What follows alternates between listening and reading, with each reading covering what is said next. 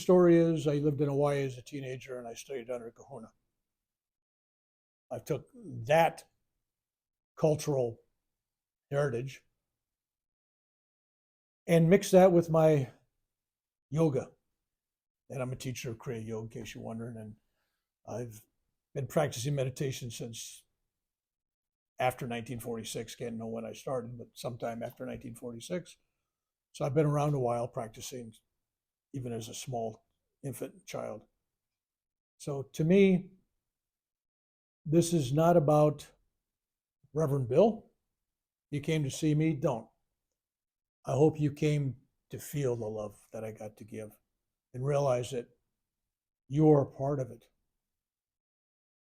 And it's so important now coming into 2024 when the expectations are so low worldwide for peace, harmony, love.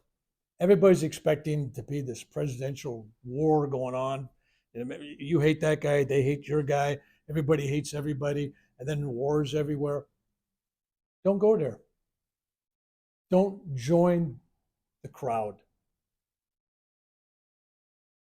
I really believe that in small groups, the individual practicing self love and sharing that self love in the radiance of those around them, it will profoundly affect the outcome of what happens this year.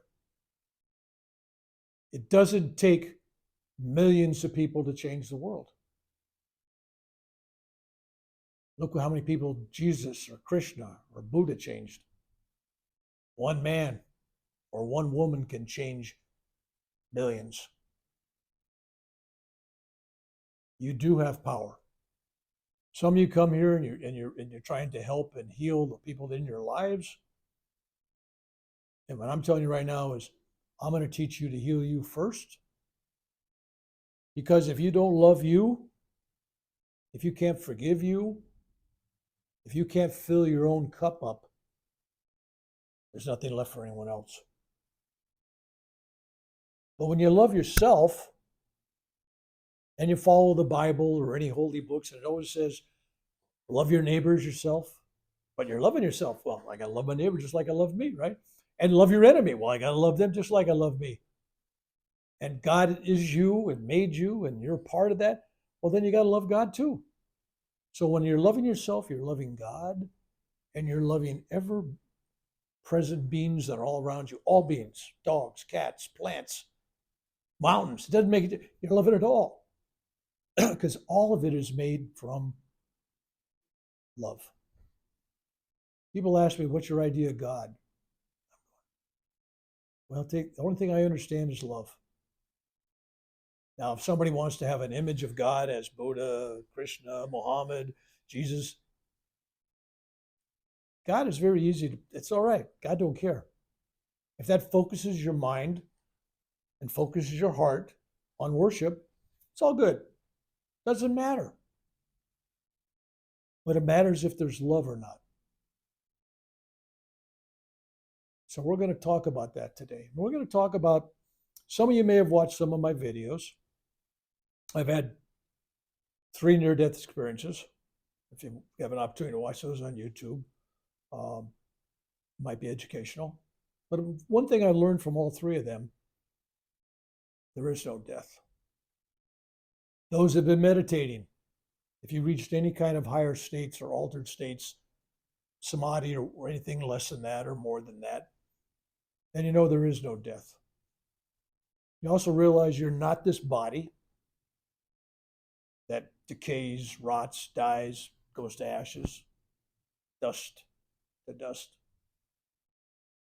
You are this one consciousness.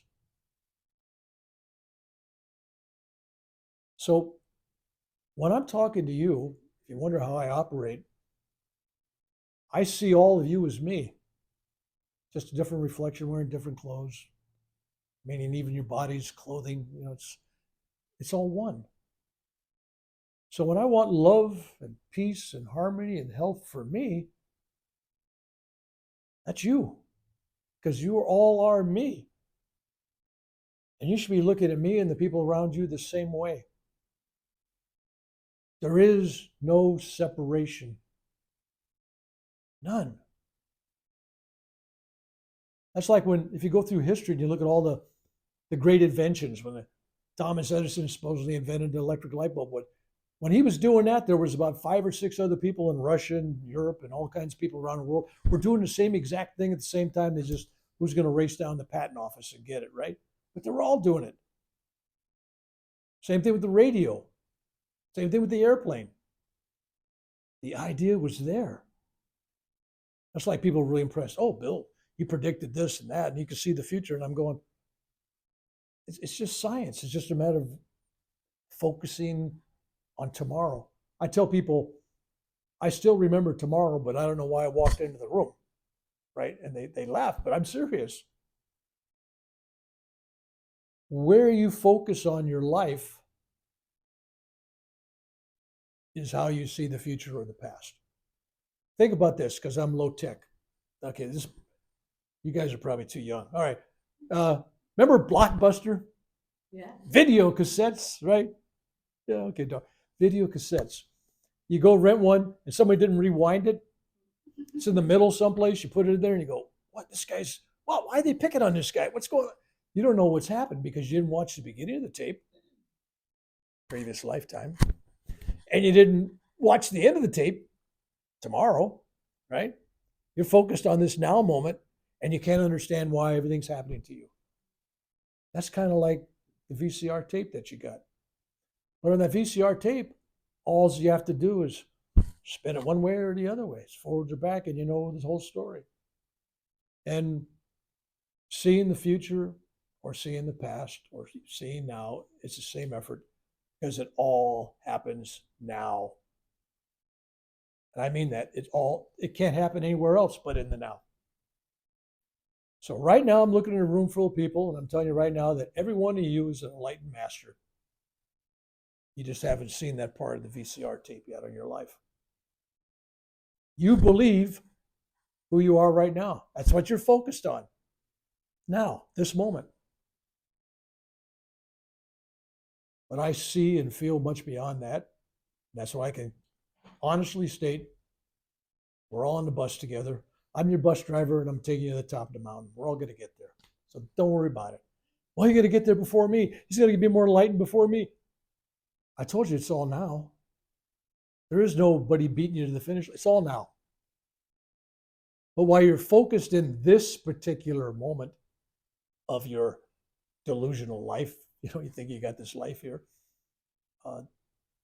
you believe it. So therefore, when you believe it, you have birth, you have pain, you have suffering, you have death, you have heaven, you have hell, you have reincarnation, you got angels, you got all this stuff.